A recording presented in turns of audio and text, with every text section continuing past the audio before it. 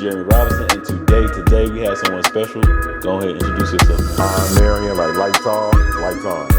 Indeed. So with that, man, how you doing mentally, physically, and emotionally? You know what, man? I'm just taking every day, step by step, day by day. You know, when you're a family man and you're trying to juggle everything and work and try to be the best person you can be, that's all you can do. I have my off days like everyone does. Right.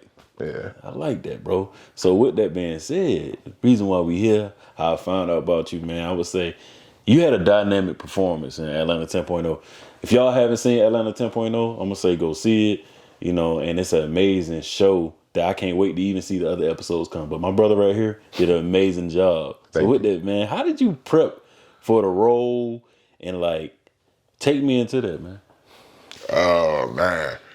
It was a lot of prepping, coming from I don't really want to do like a spoiler or anything, but me being a man myself and have never been in the situation that happened in the film, it was a lot of preparation. First and foremost, I had to understand the character to gather, empathy, first and foremost. Indeed. Once I became empathetic, then it was like moving to how can I show sympathy through this character. So once I found that dynamics and, doing my research, also I was a diabetic in the film. I don't know if a lot of people picked that up. Yeah. But I know in a few comments, people are like, why is eyes twitching? Well, when people have diabetic glaucomas or shocks and things of that nature, it's actually an eye condition that's connected to a diabetic. It's like neuropathy or something of that nature. Oh, wow.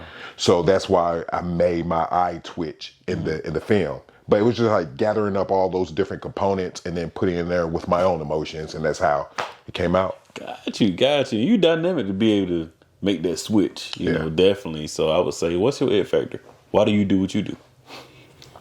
That's a good question. I do what I do to create a legacy. Like I say, everything I do to family. I didn't really have a family growing up, you know what I mean? So it was like being in the streets and didn't know whether or not I was going to make it past 21, and I didn't want to make sure that I create a different platform for my son. And like every tear, every sweat in films and life in general, anything that I do is making sure I'm doing it for him. So that's my it factor. That's my. I love that. And that's going to always take you a long way because you're never going to forget where you came from. You're always going to pour into your son and your family. Yes. And the thing that you're doing is amazing, bro. Like, I even just seen you in another role. I'm like, I got to check that out. Which one was that? It was some, man. You just had posted about it. All Gone Wrong on Peacock? Yes. Yeah. I got to check that out. Yeah. So I'm going to be checking that out probably later on tonight. That old dude Candyman in it. So what sparked you to want to act, man? You know what? I've been doing music my entire life, you know what I mean? And I was a thespian in high school, of course, but I kind of got out of it. So one day, it's just I got really tired of the music, how I'm, having contract issues, people making false promises, the same 9 yards of the entertainment industry. So I was like, you know what? I'm about to switch it up. I'm done with it. I made some good money off of it. It is what it is at this point. Right. So when that happened, I had a friend of mine that was like, man, you always goofing around. You should be an actor. I'm like, I don't know about that. That ain't really my thing. I'm not going to do it. I'm like, I did been dabbling in high school. It is what it is. So next thing you know, I had a manager, and he was like, man, I'm about to pay for some acting classes for you. So I took him. I booked my first print job with Kmart. If anybody remember at Kmart. Man. And then, doing print ads. Then it went from commercials. Then it went from doing community theater to short films, and then short films went to independent, and then I've been in independent and major films in the exact same thing, and it just kind of blossomed from there. Wow. I'm proud of you, man. You put a great body of work together too. Yeah, so that's amazing, man. So how has it been a father, a husband, man, and a family man, brother?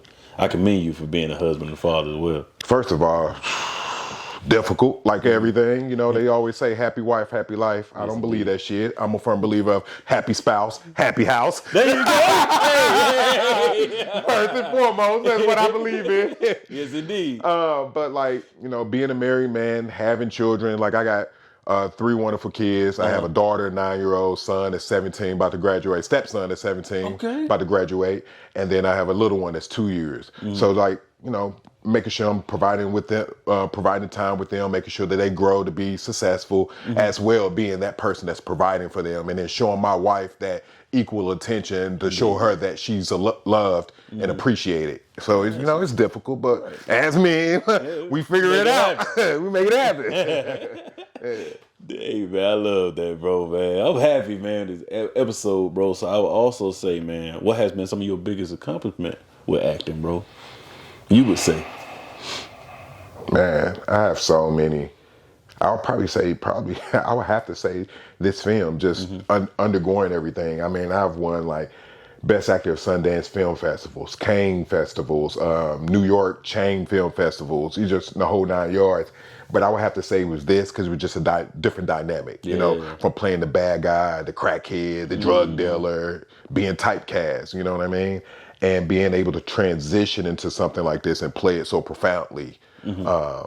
This is probably my biggest achievement. Indeed. Plus, we had 10 million views on TikTok. Yeah, y'all big time. I'm proud of that. I'm proud of that, man. Thank you. So, like, what's something you would like to see change in the entertainment, man, industry and acting industry as a whole? What's something you'd like to see? Man, the whole damn thing to be, if I could be honest with you, but if I had to pick and choose, I would be first and foremost letting the industry know that Black talent really have talent. You know what I mean? Don't typecast us. Put us in those period films, those sci-fi films, and everything else that they giving Leonardo DiCaprio. Who knows? I could have been the Black person on the Titanic. They should have showed it from the peasants and the band members' point of view. You know what I mean?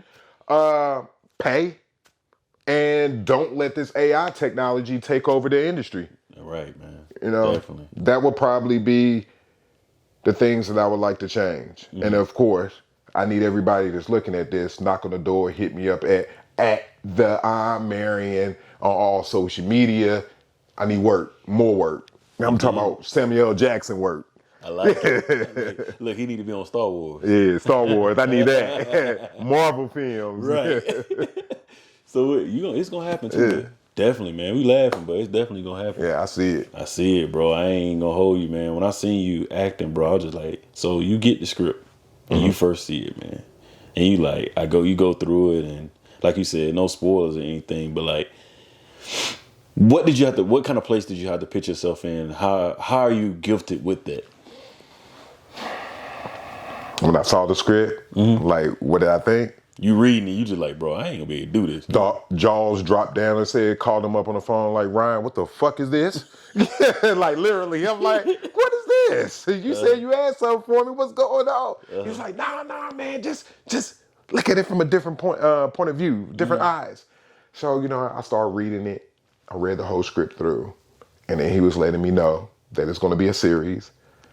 I was like, wow, this is deep. I'm like, it's something that it's not necessarily touched on in that type of way. Like, we have seen it, but it's always in prison. Right. You know what I mean? Yeah. Or we see it and it's always directed towards children. You know what I mean? We never really see that it can happen to us doing everyday activities. Gotcha. And when that happened, it stood out to me, and it was like, you know what? This is a message that needs to be heard. This is something that's going on along with these P. Diddy allegations, or, people that's in the industry as of today, and now they're coming out and talking about an uncomfortable situation they have been in. It couldn't necessarily be to get to where they are, but to make an appearance to one person or whatnot. You know what I mean? Definitely, man. It's opened up a door of like you said, it's a change, and that people need to see, like, wait a minute, I ain't never seen it from that perspective. And to see everything happen, you just like, wait, what? Yeah. Did it? All right, So who are you outside of all that you're known for, man? Humbly, I'm just like everyone else. I'm out here just trying to make a living. Making a living and doing something that I love doing at the exact same time, and being that God-fearing man. That's ultimately who I am. I'm still that quirky person that like to listen to music and sit in the garage and talk to my mom and somebody on FaceTime or whatnot. I'm just an everyday person. At the end of the day, I got a gift. and I'm trying to share it to the world, you know? I respect that, man. And I would say before we do close, man, what is something you would love to be remembered for when it's all said and done? My compilation of work. That's it.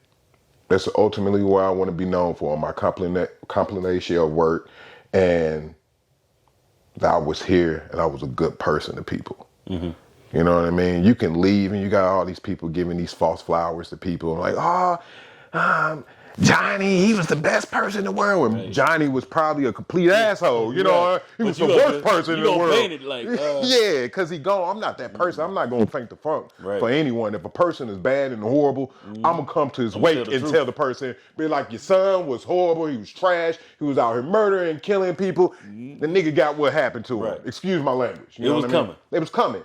So I just want to be known as that person that, like, honestly, it was a joy to be around. He always made someone smile. He always stood by his word, because I feel like a man, that's all that we have, and that's a lost trait. If I say that I'm gonna do something, I'm gonna do something. Indeed. If I say that if I promise you I'm gonna do something, it may not happen right then and there. You know, life sometimes be lifing. However, if I promise you, know that I ain't forgot. I'm gonna get back. I'm gonna get around to it. And definitely, man. Shoot, that's how you came back. You was like, you hit me up. I think I hit you up months ago. You was like, yeah, I got you, bro. Yeah. And we ain't never say nothing again. Yeah. You was like, oh, I still can pull up when you need me there. Yeah. And that was that. And that, like you said, that's a trait that's an open topic, I would say, that you just made me think about, is a lot of men have got away from that trait of, and a lot of people, my word is my word, and that's what we stand on. That's all we used to have back in the day when we used to trade goods and things of that nature. It used to be say, hey, I need a loaf of bread. Hey, I need a loaf of eggs. Here's your bread. Oh, I don't have the eggs today, but I promise you I'm going to give you the eggs next week when my chicken hatched them. That's it, No man. paperwork was needed, nothing, because they had that word and that man stood on that word. Right, and a lot of people don't. It's like before we do close, you hit me, you made me think about something before we started, was, you know, you work with a lot of people, and no offense to them, everybody going through their life, but the biggest thing I appreciate is when people be genuine and be themselves and just be honest. I get that you're busy, but just be honest and straightforward, because we got things I'm trying to do, and I think at the end of the day, don't look at it as I'm trying to grow a podcast or you're trying to get an acting gig or this. Look at it as I'm trying to get people to see this so they can say, they changing the narrative. I can do that too. That's all it is. Yep. It ain't nothing else. I'm doing God's work, man. Yep. Like, this is what God gave to me. And I think a lot of times, a lot of people don't see that.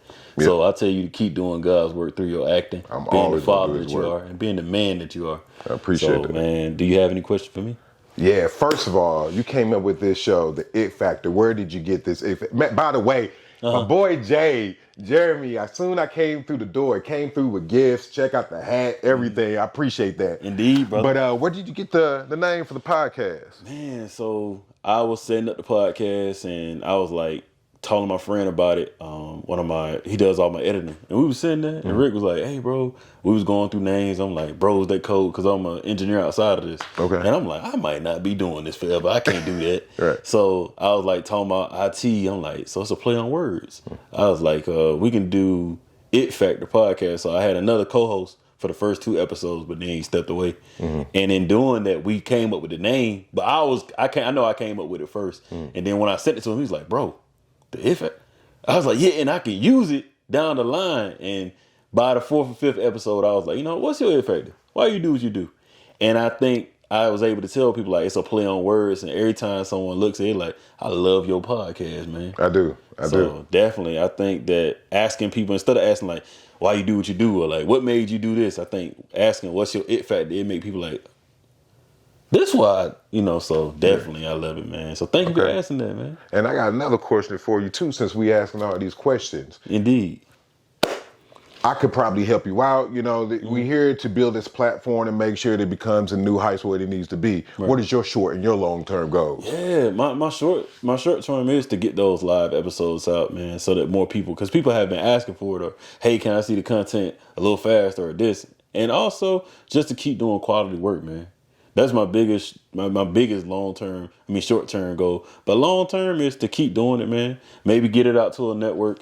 And at first it was like, yeah, money. And I ain't gonna lie, I would love to have the money. Right. But I think I want it out there so that people around the world can see, like, I'm doing this and I'm not famous. Right. And I think that the things that I have done, it's my time to kind of speak on it because I have brought some people on this show that I never thought I'd be able to get in touch with. Right. And I want to show people that, it's not, at first it was like, man, I brought Chris Paul on, it's lit. Right. And I thought about it, I'm like, man, this ain't for me, man. Yeah. This for the little boy back in Fort Valley, Georgia to see, dang, Jeremy came from here and he didn't make it in football. He didn't do this.